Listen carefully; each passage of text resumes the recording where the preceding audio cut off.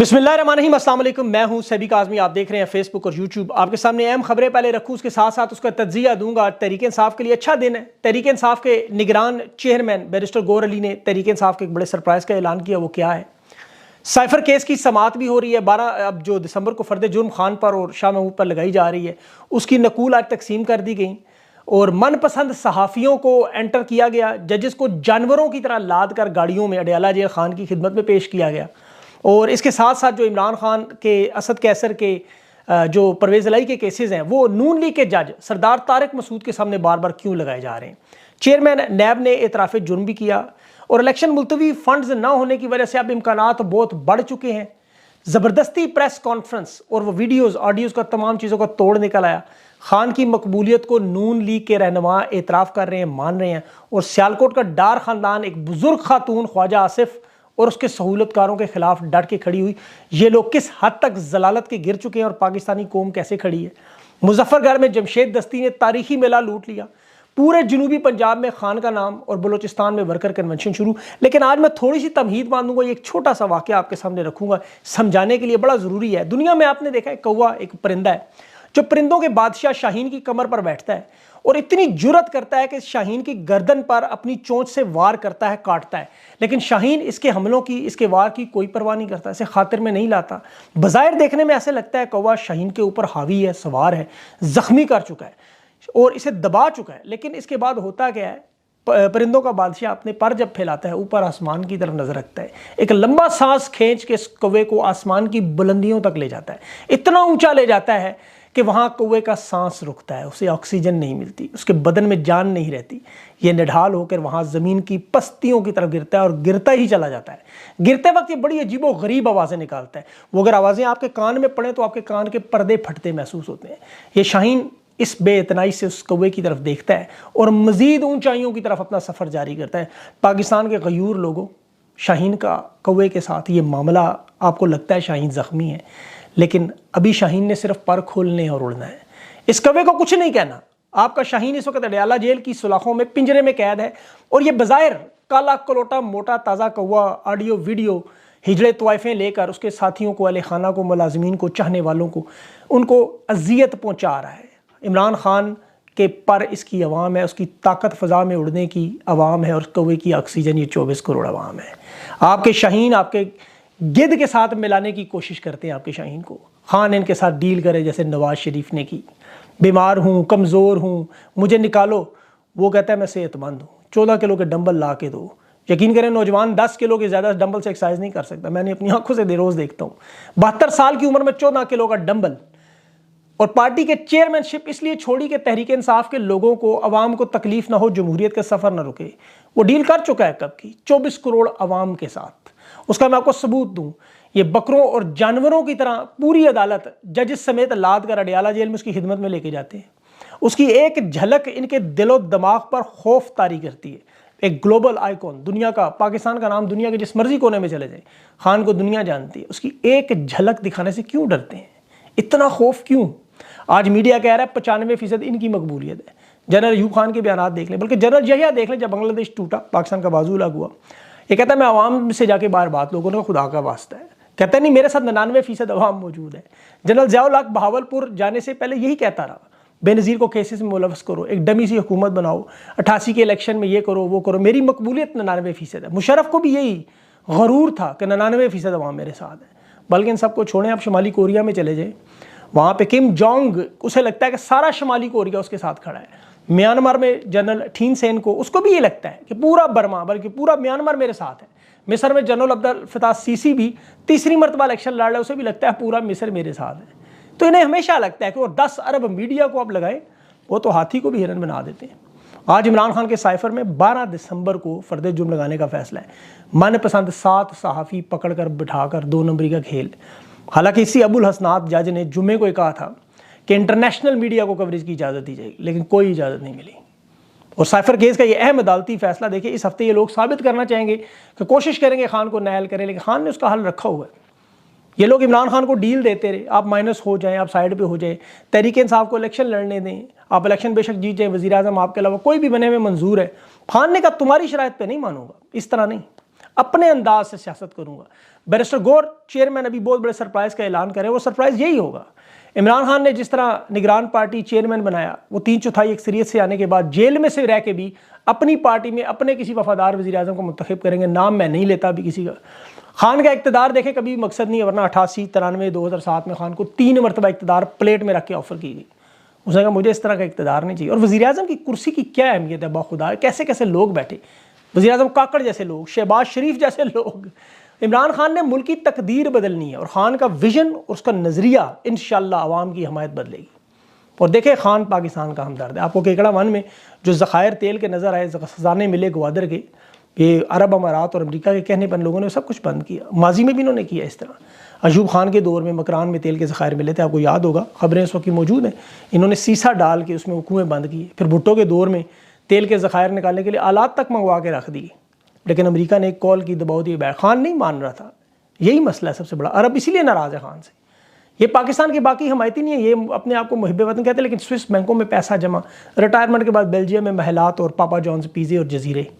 अवाम की मुकम्मल हमायत खान के साथ है। आज तो जावेद हाशमी जैसा बंदा, नून लीग का सबसे बड़ा रहनुमा, तहरीक इंसाफ का सबसे बड़ा नाक़िद था, करीबी रह चुका है, जानता है, खुलकर टीवी पे कह रहा है कि पंजाब में 80% वोट इमरान खान, 10% की डंडी मार गए। वैसे वो कहता है लाशों पे कारपेट बिछा के किसी और जमात को हुकूमत में ना लाओ।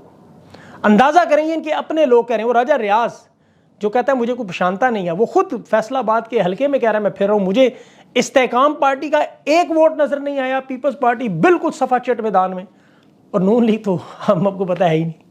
नौजवानों के दिमाग में कहता है खान का जादू है, इसके जरासीम हर तरफ फैले हुए। अब चूंकि ज़्यादा पढ़ा लिखा नहीं है, इसलिए शऊर की उर्दू से आती नहीं। इसका कहने का मतलब था शऊर, जिसे ये जरासीम कह रहा है उर्दू में। आपको पता है इंग्लिश में एक बात हिलरी क्लिंटन ने भी की थी डोनाल्ड ट्रंप के बारे में कि लोगों को हिप्नोटाइज किया हुआ। इलेक्शन के बारे में देखें, मैं आपको बताऊं, ये भाग जाएंगे, ये बिल्कुल भागेंगे। ख़जाना मुकम्मल तौर पर खाली है, लूट मार उन्होंने की हुई है और तबाही चढ़ाई हुई है। जो IMF ने पैसे दिए थे इलेक्शन में, उसमें आपको पता है अपनी इंतखाबी मुहिम और वहाँ दोनों पर खर्च करते रहे। अब इलेक्शन से भागने की मुकम्मल तैयारी कर रहे हैं। आज इलेक्शन कमीशन ने सेक्रेटरी ख़जाना को बुला के कहा कि 32 अरब हमें दें, मुल्क में इंतखाबात करवाने हैं। बजट में आपने 42 अरब रखा था, इलेक्शन कमीशन के पास फंड ही नहीं। वज़ीर आज़म को ख़त भी लिख रहे हैं। अब 42 अरब में सिर्फ 10 अरब इन्हें मिले हैं, 17 अरब अगर फ़ौरन ना मिले तो इलेक्शन नहीं हो सकते। सीधी सी बात है। इलेक्शन कमीशन बार बार पैसे मांग रहा था, ये दे नहीं रही, और यही सबसे बड़ी वारदात करेंगे। अब आपको ये भी समझ आ जाएगी कि काजी फायज़ ने क्यों कहा था कि इलेक्शन के बारे में, तारीख के बारे में मीडिया में कोई बात ना करें। ये काजी साहब जस्टिस मुनीर से भी नीचे चलेंगे। काजी फायज़ अपनी आंखों से सब कुछ होता देख रहा है। इमरान खान ने इसे ख़त लिखा, उसके साथ 77 सफ़ात के सबूत, 77 पेजेस लगाए कि ये ना कहे सबूत किधर है, वैसे कह रहे हो। ये कहता है वकील का नाम नहीं लिखा, पीले रंग की डायरी में क्यों नहीं भेजा, डाक में क्यों भेजा। ड्रामा देखें। इनसे पूछे आपको जो तनख्वाह मिलती है काजी साहब, मेरा सवाल है, क्या तहरीक इंसाफ के लोग पाकिस्तान के टैक्स नहीं देते? क्या ये तनख्वाह आपको अपने ससुराल से मिलती है? हुकूमत पाकिस्तान इन्हीं लोगों से टैक्स इकट्ठा करके आपको तनख्वाह देती है। आपको इन लोगों के इंसानी हकूक़ की खिलाफ वर्जी रोकना एहसान नहीं है, आपका फ़र्ज़ है। खान ने आपसे कुछ ज़ाती हैसियत में कुछ नहीं मांगा, वो किसी से कुछ नहीं मांगता। उसने इस कौम पे जो जुल्म और जबर हो रहा है उसके खिलाफ रोकने को आपको कहा।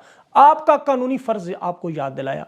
आप चुन चुन कर ऐसे जजेस जो इंसाफ का खिलवाड़ा, जज आमिर फारूक, अबुल हसनात, ये सरदार तारक मसूद, ये सब काजी फायज़ की टीम का हिस्सा। राना सनाउल्लाह ख्वाजा आसिफ के बयान रिकॉर्ड में वो फ़ख्र से कहते थे काजी फायज़ के आने के बाद हमारे हालात ठीक होंगे। देख लें उनके हालात।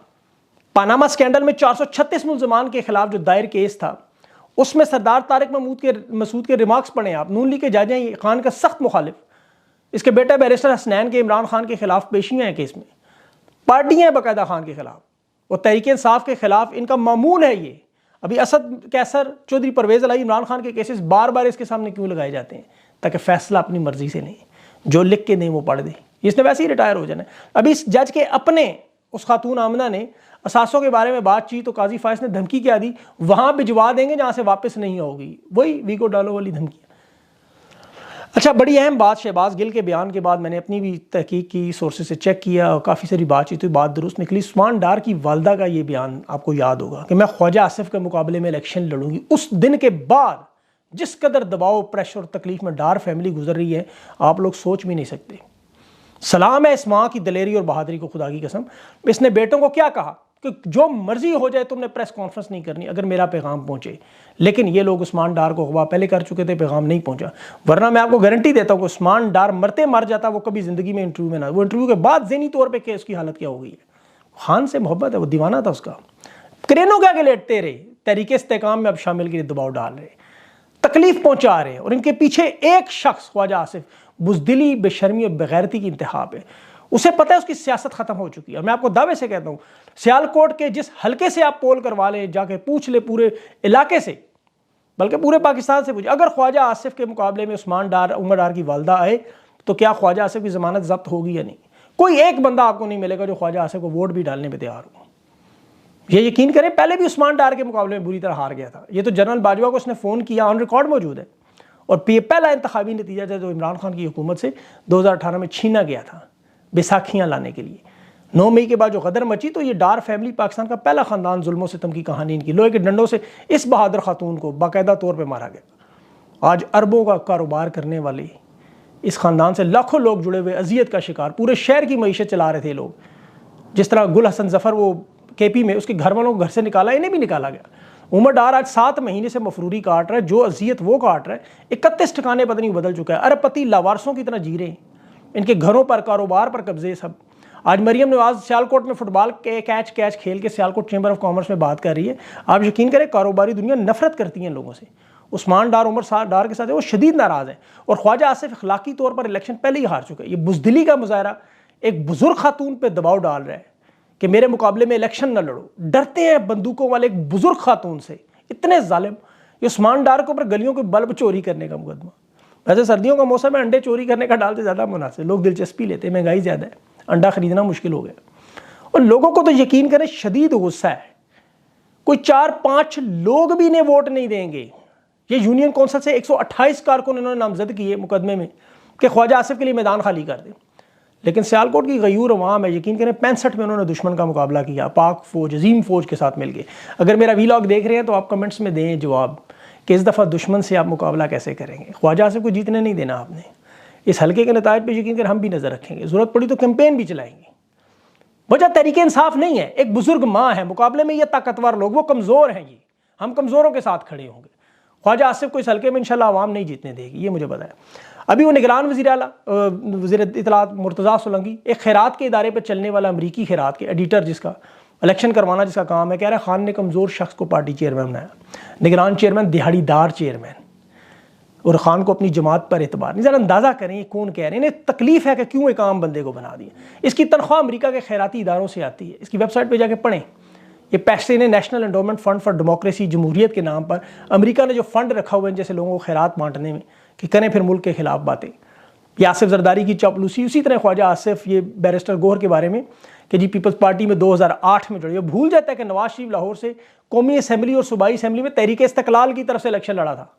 ये कहाँ से तहरीक इस्तकलाल किसकी थी? साइकिल के निशान पर लड़ा था, फिर उसी साइकिल को शेर में तब्दील किया गया, पहली दफ़ा देखा गया। वैसे तहरीक इंसाफ के निगरान चेयरमैन बैरिस्टर गौहर की जो ट्वीट आई सरप्राइज़ के मामले में, उस पर भी बात कर दूं ताकि आप लोग मैं भूल गई हूँ। एक तो देखिए अदालती महाज पर इंशाल्लाह सरप्राइज़ आएगा, उसमें सदर ममलकत साइफर के मामले में जो बयान होगा, अब उसी पर सारा मामला अटका हुआ है क्योंकि केस बनता ही नहीं है, उस कानून है ही नहीं। वो इमरान खान के मुखालिफ, मतलब ये इनके पास है ना, वो सदर आके इंशाल्लाह तोड़ेगा। दूसरा, तहरीक इंसाफ में शमूलियत के लिए बहुत से लोग तैयार हैं, और जो इतलात मेरे पास आई हैं उसमें बहुत से लोग जो तहरीक इंसाफ छोड़ कर गए हैं, राब्ते कर रहे हैं तहरीक इंसाफ में वापस लें, और उसमें बड़े बड़े नाम शामिल हैं। मैं वो नाम आपके सामने इसलिए नहीं ले रहा कि जब तक वो खुद अपने मुंह से मेरे साथ कन्फर्म ना करें। एक नाम बारात चौधरी निसार का भी है, जिसका अगले हफ्ते तक उम्मीद है कि तहरीक इंसाफ ज्वाइन करेंगे। उसकी वजह देखिए, अगर आप हालात देखें, उनके हल्के में गुलाम सरवर जो है वो इस्तेकाम पार्टी में जा चुके हैं, और अगर आज़ाद तौर पर चौधरी निसार इलेक्शन लड़े तो जीतना मुश्किल है अब उनका। तहरीक इंसाफ का जो वोट बैंक है वो सारा चौधरी निसार के साथ जुड़ जाएगा, और चौधरी निसार इमरान खान के आपको पता है करीबी दोस्तों में भी शामिल है। और ये खाकान अब्बासी का पार्टी छोड़ने और मरियम नवाज़ की सियासत की वजह से जो बड़ा फैसला आया था, लॉजिकल फैसला होगा। अब तहरीक इंसाफ को उस वक्त ज्वाइन इसीलिए नहीं कर रहा था कि अपने अरूज पे थी। और चौधरी निसार साहब अगर ये मेरा वीलॉग सुन रहे हैं तो उनसे मेरी दरख्वास्त है कि हमारे इंटरव्यू में ज़रूर आएँ, बहुत से सवालात उनसे पूछने हैं। उम्मीद है मेरा ये पैगाम उन तक पहुँच जाएगा। इसके अलावा जो लोग मज़ीद तहरीक इंसाफ से तोड़े जा रहे हैं, वो भी अपना एक लाएअमल बना रहे हैं कि अब हमने अवाम को ये पैगाम देना किस तरह है कि हमें ज़बरदस्ती पार्टी छोड़ने पर मजबूर किया गया। ताकि हम अगर आपके पास तहरीक इस्तेकाम की तरफ से भी वोट मांगने आए तो आपने तहरीक इंसाफ को ही वोट देना है। अभी चौधरी परवेज़ इलाही के एक MP है साजिद खान भट्टी, ये परवेज़ इलाही के बड़े करीबी साथी था, इसे ज़बरदस्ती वही वीडियो रिकॉर्ड करवाएगी और इसने फिर नून लीग के साथियों को इनका प्लान था देंगे, वो आगे ट्विटर पे चलाएंगे, उसको प्रमोट करेंगे। भट्टी साहब निकल गए कनाडा, वहाँ पहुँच कर उन्होंने एक दूसरी वीडियो रिकॉर्ड करा दी। तो अब इस पहली और दूसरी के दरमियान वक्फा आया, सारा मनसूबा बढ़ गया। तो अब जो लोग वीडियोज़ प्रेस कॉन्फ्रेंसेस कर रहे हैं वो इसका काउंटर भी साथ बना रहे हैं, 3-3 4-4 बना रहे हैं, ताकि इलेक्शन के करीब यही चलाएंगे वोट सिर्फ PTI को दे, हमारी ना सुने, हम तो गन के पॉइंट पे फंसे हुए हैं। 9 मई के जो फॉल्स फ्लैग ऑपरेशन की देखें हम, अब क्या रह गया मामला कि मियाँ वाली में पुलिस ये कह रही है कि सब लोग एक हलफनामा जमा कराओ कि तहरीक इंसाफ से कोई तल्लक नहीं और इस्तेकाम पार्टी में शमूलियत इख्तियार करो, आपके तमाम केसेस ख़त्म। अब आप खुद बताएं 9 मई के केस की फिर इस हैसियत में रहेगी क्या? सिर्फ वही 102 लोग ही रह गए। उनकी ऑडियो वीडियो के भी हशर नशर हो चुका है, 3-3 मुख्तलिफ वीडियोज़ रिकॉर्डेड हो चुकी हैं कि हम लोग अगर फंस भी गए इस्तेकाम पार्टी में जाने के तो ये वीडियो हमारी चलाते रहना। तो वही होगा, वोट मांगने भी आएंगे तो लोग इनकार करेंगे। और करप्शन को ये लोग तस्लीम करने जा रहे हैं एक दफ़ा फिर, क्योंकि ज़ाहिर नवाज शरीफ आ गया है। ये चेयरमैन नैब इकरार कर रहा है कि हमने अब किसी चोर को नहीं पकड़ना, जितने लोगों की करप्शन में पैसे जब्त है बल्कि वो भी वापस करने का सोच रहे हैं। और अब कह रहा है कि हम अगर हर एक को डराएंगे तो मईशत का पहिया कैसे चलेगा? मईशत तो ख़त्म हो चुकी है आपकी। कहता है एक चोर को पकड़ने के लिए पूरे मोहल्ले को तंग नहीं करना। भट्ट साहब कह रहे थे, भट्ट साहब खुद तोशा खाना की घड़ियाँ ले गए थे, आपको याद होगा। और ये वो इदारा है कि 11 वॉल्यूम के सबूत, एक ट्रक भर के कागजात के सबूत इनके पास, दिलो जान से एड़ी चोटी का जोर लगा के नवाज शरीफ और मुलजमान को ज़्यादा से ज़्यादा सज़ा पर उन्होंने मेहनत की, सबूत इकट्ठे किए। फर्द जुर्म इस इदारे ने, लेकिन नैब ने 5 मिनट में कहते हुए वापस ले ली कि अगर अदालत मुलजिम को बरी करे हमें कोई एतराज़ नहीं। ये इतना बड़ा मामला है कि आप यकीन करें इन्होंने पूरा एतबार ख़त्म कर दिया कि कल गलत थे कि आज गलत हो, या कल दोबारा कैसे गलत हो गए। नवाज शरीफ के खिलाफ जितने सबूत है वो सारे इनकी वैल्यू, ये केस क्यों नहीं चलने दिया? इन्होंने यही वारदात की है, कानून पर, इदारों पर, हर सिस्टम पर आम आदमी का एतबार तोड़ा। और आज यही वजह है कि लोगों को खान अपने जैसा लगता है, उसके साथ ज्यादती हो रही है। लोग कहते हैं हम आम आदमी, हमारे साथ भी होती है, वो तो हम जैसा है, इसीलिए अपन एक आम आदमी को चेयरमैन भी बना दिए। ये तो मोरूसी सियासत के लोग हैं, कभी नहीं अपनी पार्टी में नज़दीक किसी दूसरे बंदे को आने देंगे। तो ये इलेक्शन में क्या करेंगे? तो खान के तो जीत, इसीलिए इंशाल्लाह अगले वीलॉग में तफसील से बात करेंगे। अपना ख्याल रखें, इजाज़त, अल्लाह हाफ़िज़।